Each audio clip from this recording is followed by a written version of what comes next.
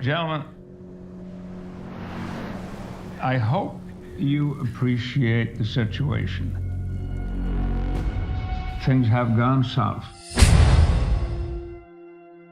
It's very hard to trace the origins of an actual idea, but it definitely evolves from my experience being in a punk rock band, sort of the 1990s, pre-internet, and you were often very vulnerable and exposed, going off to remote areas.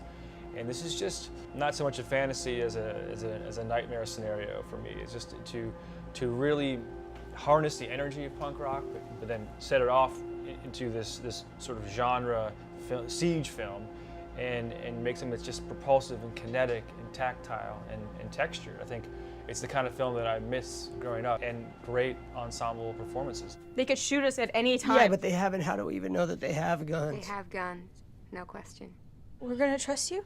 We've got zero leverage. I hadn't really read anything like it before. I think the combination of this sort of brutal siege film with punk rock, which I love, in a way that didn't feel generic or vapid.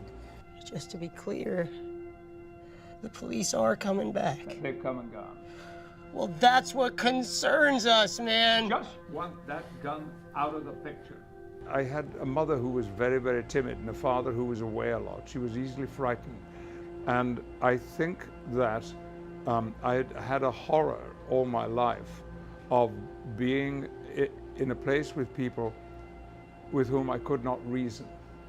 I couldn't find a solution to the problems that we had. It truly frightened me. And it just so happened that Jeremy wrote a script about that. This is a movement, not a party. All right. Stay safe. Godspeed.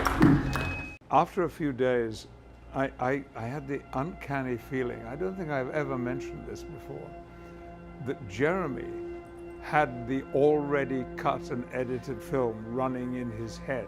Whatever he wanted or suggested, I just did it because it felt to be absolutely the right thing to do.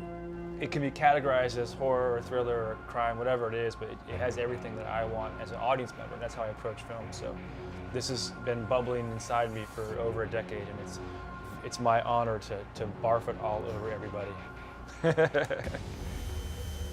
Whatever you saw or did is no longer my concern. But let's be clear. It won't end well.